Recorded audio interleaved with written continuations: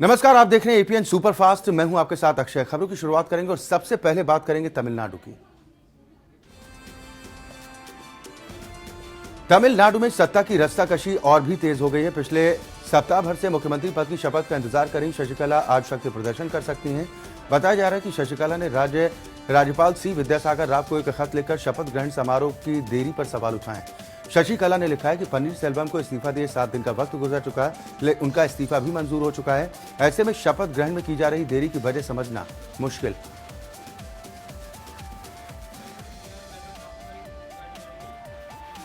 सूत्रों के मुताबिक राज्यपाल को आय से अधिक संपत्ति के मामले में शशिकला पर आने वाले सुप्रीम कोर्ट के फैसले का इंतजार है, लेकिन सूत्रों के मुताबिक शशिकला के खिलाफ आय से अधिक संपत्ति के मामले में सुप्रीम कोर्ट का फैसला सोमवार को आने की उम्मीद नहीं। इस बीच मौजूदा राजनीतिक उथल पुथल के बीच कार्यवाहक मुख्यमंत्री पन्नीरसेल्वम को 3 और सांसदों और 2 विधायकों के समर्थन मिलने की खबर। हालांकि शशिकला का दावा है कि सभी विधायक उनके साथ हैं, जिससे तमिलनाडु में राजनीतिक अनिश्चितता लंबी खिंच सकती है। हमें दिया है, अब कौन विधायक कहां जा रहा है, कौन मंत्री कहां जा रहा है, ये तो देखिए एक नाटक की तरह हो रहा है। इस पर हम क्या टिप्पणी करेंगे, तो एडीएम के अंदर की बात है। लेकिन इतना हम जरूर कहेंगे कि जो ये समय तब इतना दिया है गवर्नर ने, इससे संदेह होता है कि कुछ गलत काम ना हो रहा हो, वहां पैसे ना चल रहे हो और कोई चीज ना हो, बस इतना है। क्योंकि ये गवर्नर के हाथ की बात नहीं होती है कि उनको या हमको कौन अच्छा लगता है मुख्यमंत्री। तो जो मुख्यमंत्री के पास विधायक हैं वो एक व्यक्ति है, उसे मुख्यमंत्री बनना चाहिए। और गवर्नर कोई भी इसमें इंटरफेयर नहीं करना चाहिए। जब आपको बहुमत दिखाए कोई, तो आप फौरन उसको एक्सेप्ट करना चाहिए। स्टेट के इकोनॉमी पे भी बहुत असर गिरता है, एडमिनिस्ट्रेशन पे, गवर्नेंस पे, लोगों के जनजीवन में भी बड़ा फर्क पड़ता है। तो इसीलिए इसमें सेंट्रल गवर्नमेंट देरी नहीं करना चाहिए। उनको जो भी फैसला देना गवर्नर को कॉन्स्टिट्यूशनली। पद राजनीतिक और विवादास्पद पद हो गया है। अब समय आ गया है कि इस पद के रखने या ना रखने पर भी विचार किया जाना चाहिए। आम आदमी तमिलनाडु में बिल्कुल त्रस्त है, क्योंकि जिस ढंग से ये विवाद चल रहा है, कोई पन्नीरसेल्वम जी को सपोर्ट कर रहा है तो कोई शशिकला जी, कोई जनता के बारे में सोच ही नहीं रहा है। और आदरणीय जयललिता जी जिस ढंग से उन्होंने एक पार्टी छोड़ा है, वो पार्टी जनता के हित में काम करने के लिए यही लक्ष्य था, और जो वो लक्ष्य में बहुत सारे लोग अपने निजी फायदा खोज रहे हैं, तो मुझे लगता है कि ये अफसोसजनक घटना है। उत्तर प्रदेश में पहले चरण का मतदान संपन्न होने के बाद अब सभी राजनीतिक दलों ने दूसरे चरण के प्रचार के लिए पूरा जोर लगा दिया है। दूसरे चरण के लिए 15 फरवरी को वोटिंग होनी है और 13 फरवरी की शाम को प्रचार खत्म हो जाएगा। यानी दूसरे चरण के प्रचार के लिए सिर्फ आज और कल का दिन बाकी है। समाजवादी पार्टी के स्टार प्रचारक और मुख्यमंत्री अखिलेश यादव आज संभल और अमरोहा में सपा कांग्रेस गठबंधन के प्रत्याशियों के समर्थन में चुनावी जनसभाओं को संबोधित करेंगे। अखिलेश यादव अमरोहा के धनौरा में सपा प्रत्याशी जयग्राम के समर्थन में जनसभा करेंगे। वहीं मुख्यमंत्री अखिलेश यादव की पत्नी और कन्नौज से सांसद डिंपल यादव भी जोर शोर से प्रचार अभियान में जुटी। डिंपल यादव आज सीतापुर के हरगांव में सपा प्रत्याशी मनोज राजवंशी के समर्थन में चुनावी रैली को संबोधित करेंगे।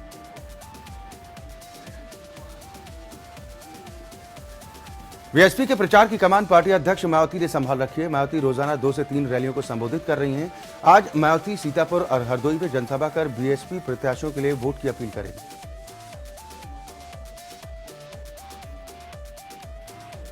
समाजवादी पार्टी के संरक्षक मुलायम सिंह यादव ने शिवपाल सिंह यादव के चुनाव क्षेत्र जसवंत नगर के ताखा में अपनी पहली जनसभा की। शिवपाल के समर्थन में मुलायम सिंह यादव ने वोट की अपील की। साथ ही उन्होंने समाजवादी पार्टी को जिताने की अपील भी लोगों से की है।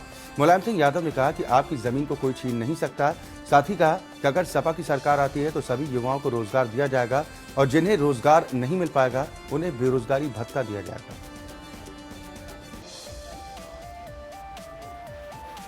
उत्तराखंड में 15 फरवरी को मतदान होना है, लिहाजा सभी पार्टियों ने प्रचार अभियान में पूरी ताकत झोंक दी है। आज प्रधानमंत्री नरेंद्र मोदी उत्तराखंड में 2 रैलियों को संबोधित करेंगे। प्रधानमंत्री की पहली रैली श्रीनगर में होगी, जबकि दूसरी रैली रुद्रपुर में होगी। उत्तराखंड में बीजेपी और कांग्रेस के बीच सीधी टक्कर है और 10 साल से सत्ता पर काबिज कांग्रेस को हराने के लिए बीजेपी कोई कसर नहीं छोड़ना चाहती।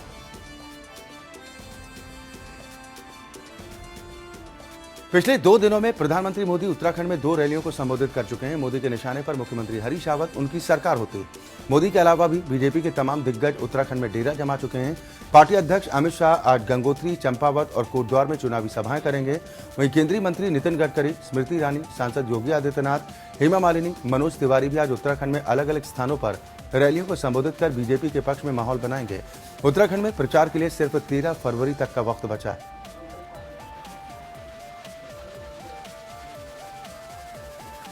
उधर कांग्रेस उपाध्यक्ष राहुल गांधी भी आज उत्तराखंड का रुख कर रहे हैं। राहुल आज हरिद्वार में रोड शो कर कांग्रेस के लिए वोट की अपील करेंगे। राहुल का काफिला हर की पैड़ी से शुरू होगा और 75 किलोमीटर का सफर तय कर जिले की 10 विधानसभा सीटों से होकर गुजरेगा।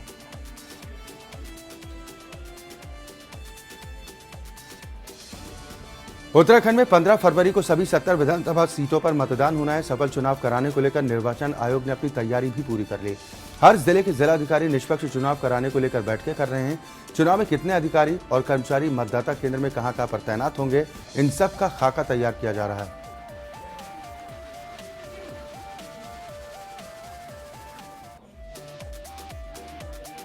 बीजेपी नेता मीनाक्षी लेखी ने राहुल गांधी के प्रधानमंत्री वाले बयान पर निशाना साधा। मीनाक्षी ने कहा कि राहुल सेंसलेस बयानबाजी करते हैं, उनको बच्चों की तरह बयानबाजी नहीं करनी चाहिए।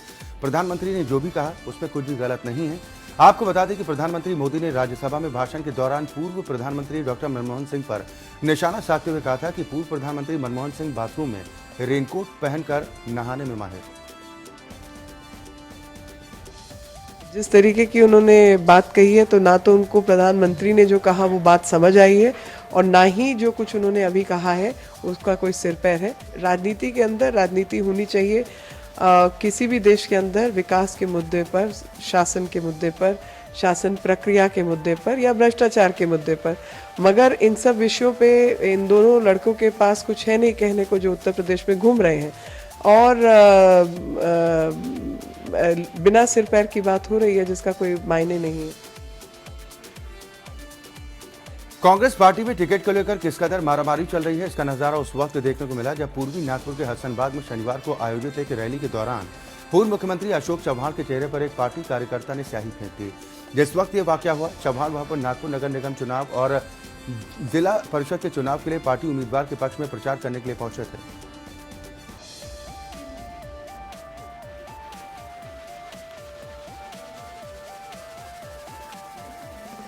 बताया जा रहा है कि जैसे ही अशोक चव्हाण सभा को संबोधित करने के लिए खड़े हुए, ललित बघेल नाम के एक युवक ने उनके चेहरे पर स्याही फेंक दी।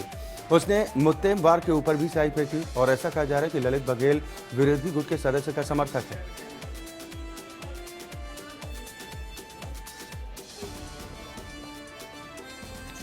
शियाट्स यूनिवर्सिटी में मारपीट के मामले में बाहुबली नेता अतीक अहमद को गिरफ्तार कर लिया गया। अतीक अहमद को गिरफ्तार करने के बाद पुलिस कस्टडी में जिला अदालत की अपर मुख्य न्यायिक मजिस्ट्रेट अदालत में पेश किया गया, जहां से अतीक अहमद को 14 दिन की न्यायिक हिरासत में नैनी सेंट्रल जेल भेज दिया गया।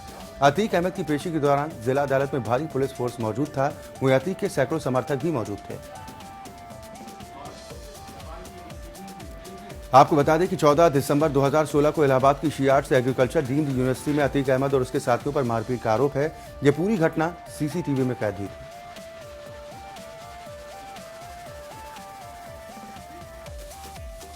अखिलेश सरकार के मंत्री और समाजवादी पार्टी के विधायक अक्सर अपनी बदजुबानी के चलते सुर्खियों में रहते हैं। सत्ता का गुरूर इतना कि किसी को भी जान से मारने की धमकी देने में इन्हें कोई संकोच नहीं। हर नए मामलों के साथ इनकी बदजुबानी और गुरूर बढ़ता जाता है। ये ताजा मामला कुशीनगर जनपद के 334 हाटा विधानसभा से सपा विधायक और उत्तर प्रदेश के अखिलेश सरकार में राज्य मंत्री राधेश्याम सिंह से जुड़ा है, जो एक पत्रकार को दफ्तर से जलाने की बात करते सुनेगा। हालांकि एपीएन न्यूज अखिलेश सरकार में राज्य मंत्री राधेश्याम सिंह और पत्रकार मनोज गिरी के बीच हुई बातचीत की ऑडियो की प्रामाणिकता के दावों की पुष्टि नहीं करता।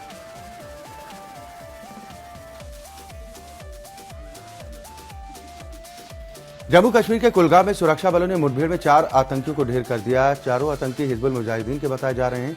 इसके अलावा 3 जवान भी शहीद हुए।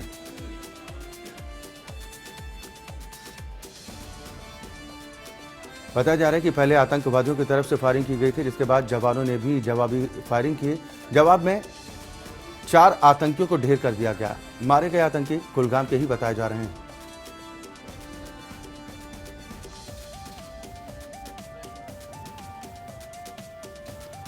सैकड़ों करोड़ के लाइक्स घोटाले की तर्ज पर घोटाले का एक और मामला सामने आया। नोएडा सेक्टर 2 स्थित वेबवर्क नाम की कंपनी के 2.5 लाख निवेशकों की 500 करोड़ रुपए से ज्यादा की रकम फंसती नजर आ रही। शनिवार को इस कंपनी ने अखबारों में नोटिस देकर कहा कि अब वो 20 अप्रैल के बाद ही स्थायी रूप से काम शुरू करेगी, जिसके बाद से निवेशक घबराए हुए हैं। इस नोटिस के मुताबिक बैंकिंग सिस्टम में फेरबदल के चलते ऑनलाइन पेमेंट में दिक्कत आ रही है। नोटिस में 20 अप्रैल की तारीख के साथ 1-2 महीना भी लिखा हुआ है, जिससे लोगों में भ्रम की स्थिति।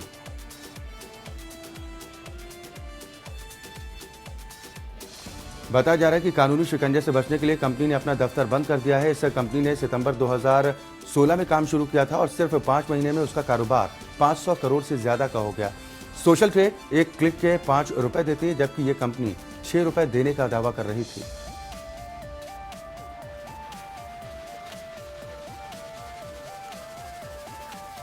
नोबेल शांति पुरस्कार विजेता कैलाश सत्यार्थी के घर चोरी करने के मामले में दिल्ली पुलिस को बड़ी कामयाबी मिली है। सूत्रों के मुताबिक पुलिस ने राजन उर्फ नाटा समेत 3 आरोपियों को गिरफ्तार किया, जिनके पास से नोबेल पुरस्कार की प्रतिकृति भी बरामद की गई।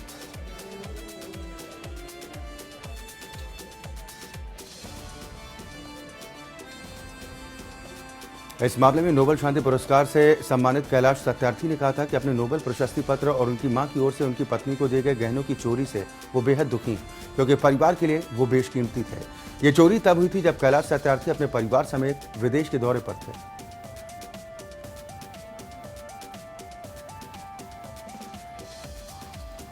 कानपुर में कोतवाली थाना क्षेत्र में उस वक्त हड़कंप मच गया जब मतदाता जागरूकता रैली के दौरान आए बैलून सिलेंडर में ब्लास्ट हो गया, जिसमें एक शख्स की मौत हो गई, साथ ही एक महिला गंभीर रूप से घायल हो गई, जिसे उपचार के लिए उर्सला अस्पताल में दाखिल कराया गया है।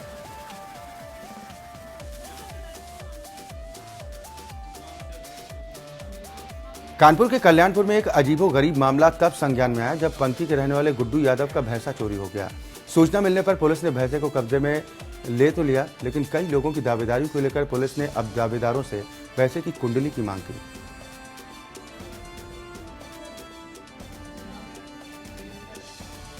इन तमाम बातों के बाद पता चला कि पास के ही एक फौजी ने चोर को पकड़कर पुलिस के हवाले कर दिया और भैंसे को अपने यहां पर बांध दिया, लेकिन गुड्डू के वहां पहुंचने से पहले ही भैंसा एक बार फिर वहां से भाग गया। गुड्डू को सूचना मिली कि उसका भैंसा आवास विकास कल्याणपुर के रहने वाले फिरोज चट्टे वाले के यहाँ पर है। जब गुड्डू वहां पहुंचा तो फिरोज ने भैंसे पर अपना दावा कर दिया, लिहाजा दोनों में भैंसे को लेकर विवाद शुरू हो गया। दो अच्छा, इसके बाद गोबर डाल के जब हम निकले हैं तो इधर उधर कर रहे थे, तसला रख के हमने फिर पकड़ा उसको।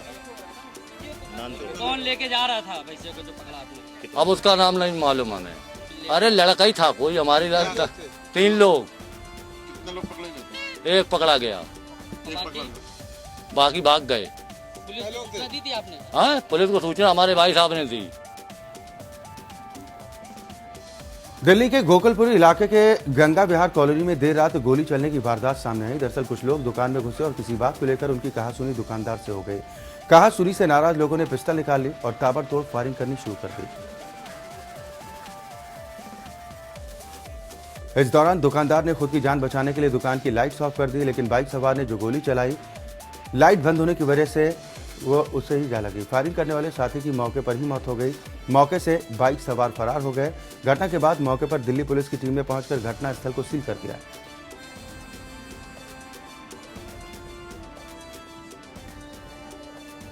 मुंबई में छोटा सा दिल नाम से आयोजित मैराथन दौड़ के बीच पहुंचे मुख्यमंत्री देवेंद्र फडणवीस की पत्नी अमृता फडणवीस का आयोजकों ने बुके देकर स्वागत किया। इस दौरान वो काफी उत्साहित नजर आईं। आपको बता दें कि मैराथन में कई स्कूलों के बच्चों ने भी बढ़ चढ़कर हिस्सा लिया।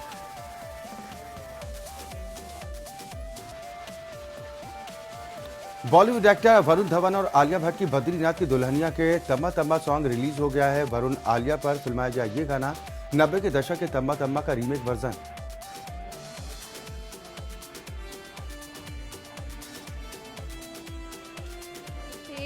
Me, Varun, Shashank, Bosco, who's choreographed the song, and we were all very nervous. But I think हमारा एक ही एजेंडा था कि हमको रिक्रिएट नहीं करना है, हमको ट्रिब्यूट देना है ऑलमोस्ट।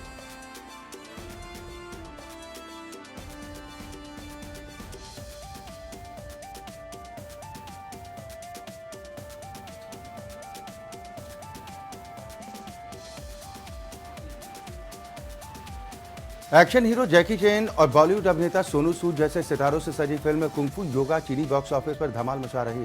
कमाई के मामले में फिल्म पहले स्थान पर काबिज है और रोज नए रिकॉर्ड भी बना रही। मीडिया रिपोर्ट्स के मुताबिक जैकी चैन और सोनू सूद की यह फिल्म अब तक 1200 करोड़ से ज्यादा की कमाई कर चुकी है। रिपोर्ट्स के मुताबिक फिल्म तकरीबन 1208 करोड़ रुपए की कमाई अब तक कर चुकी है। भारत में यह फिल्म 5000 स्क्रीन पर रिलीज की गई, वहीं चीन में 40,000 से ज्यादा स्क्रीन पर फिल्म को रिलीज किया गया है।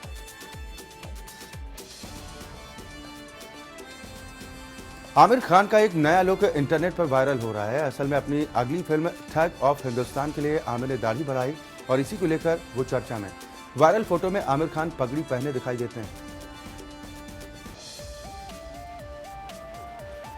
सेंसर बोर्ड ने प्रधानमंत्री नरेंद्र मोदी के विकास एजेंडे पर बनी फिल्म पर रोक लगा दी है। सेंसर बोर्ड ने फिल्म पर रोक लगाने के लिए 5 राज्यों में होने वाले विधानसभा चुनाव की बात कही।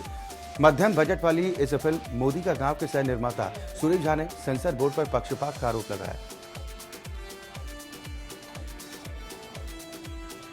करिश्मा कपूर को कोर्ट में लंबी चली लड़ाई के बाद अपने पति संजय कपूर से आखिर तलाक मिल गया है। संजय को अपने बच्चों से मिलने का अधिकार भी मिल गया।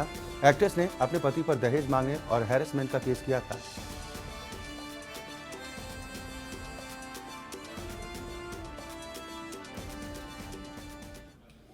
और इस बुलेटिन में फिलहाल के लिए इतना ही। एपीएन न्यूज में खबरों का सिलसिला लगातार जारी।